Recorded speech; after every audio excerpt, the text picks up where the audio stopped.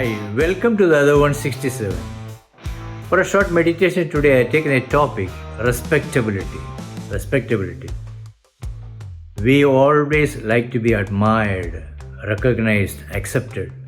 There's nothing wrong with it, but we find also craving for fame and power and positions and respectability. And for that we put up a kind of facade, a superficiality around us to gain respectability. Many times wrongly, we are guided by what others think of us, and we are not on our own, but we are guided by what they will think, and we act accordingly.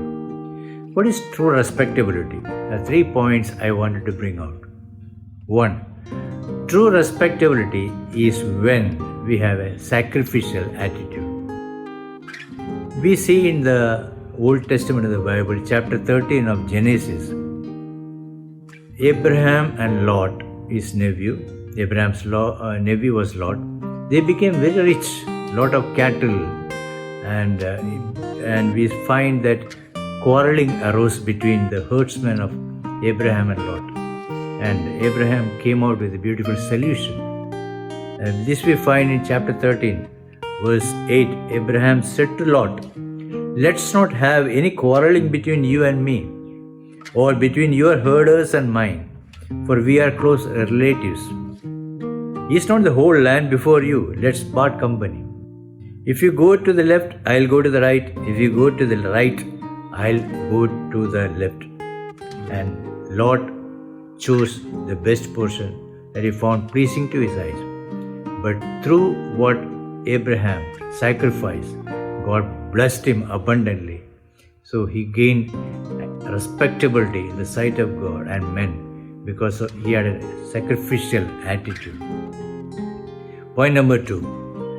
True respectability is when we have a repentant heart. Repentant heart. David was a great king, but he committed sin. He took the wife of Uriah as his wife, and he also managed to kill Uriah. And he thought that world will not know, nobody will come. He tried to be cool and quiet, but then we see Nathan the prophet comes to David and tells him a story. There was a rich man and a poor man. The rich man had a lot of cattle, and the poor man had just one ewe lamb. And when a traveler came to the rich man, what he did was he refrained from taking one of his own sheep or cattle to prepare a meal for the traveler who had come to him. Instead, he took the ewe lamb that belonged to the poor man and prepared it for the one who had come to him. So this was a story that the prophet Nathan brought to King David. And then David burned with anger against the man and said to Nathan, "As surely as the Lord lives, the man who did this must die. He must pay for that lamb 4 times over because he did such a thing and had no pity." And then Nathan said to David, the king, "You are the man. You are the man." So David was broken here. And thereafter he wrote the Psalm 51. "Lord, have mercy upon me, according to your unfailing love. Blot out my transgressions."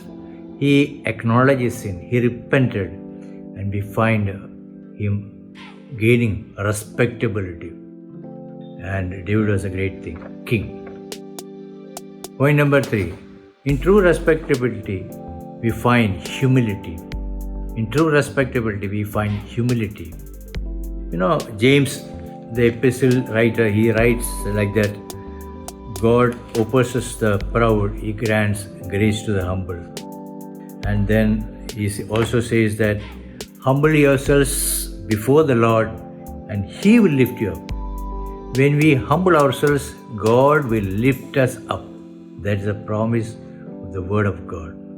We find that God lifts up and gives grace to the humble. So we should be people who should be humble. Jesus, when he knew there was a discussion among the disciples as who is the greatest, Jesus knew their thoughts And we find this in Mark chapter 9. Sitting down, Jesus called the 12 and said, "Anyone who wants to be the first must be the very last and the servant of all.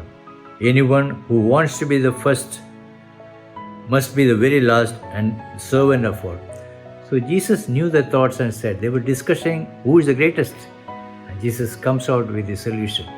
So this is the principle. So we should be people who will gain respectability when we have a repentant heart, when we have a sacrificial attitude, and when we are truly humble. We should not try to gain respectability by any other superficial methods or tools we could use to just blind the eyes of the people by our own respectability, putting on appearances. God sees our heart, and we will truly be found accepted in the sight of God and in the sight of man. May God help us to be people who will have respectability, one by having a true sacrificial attitude, true repentant heart, and being people who are humble. May God bless us with this. Thank you.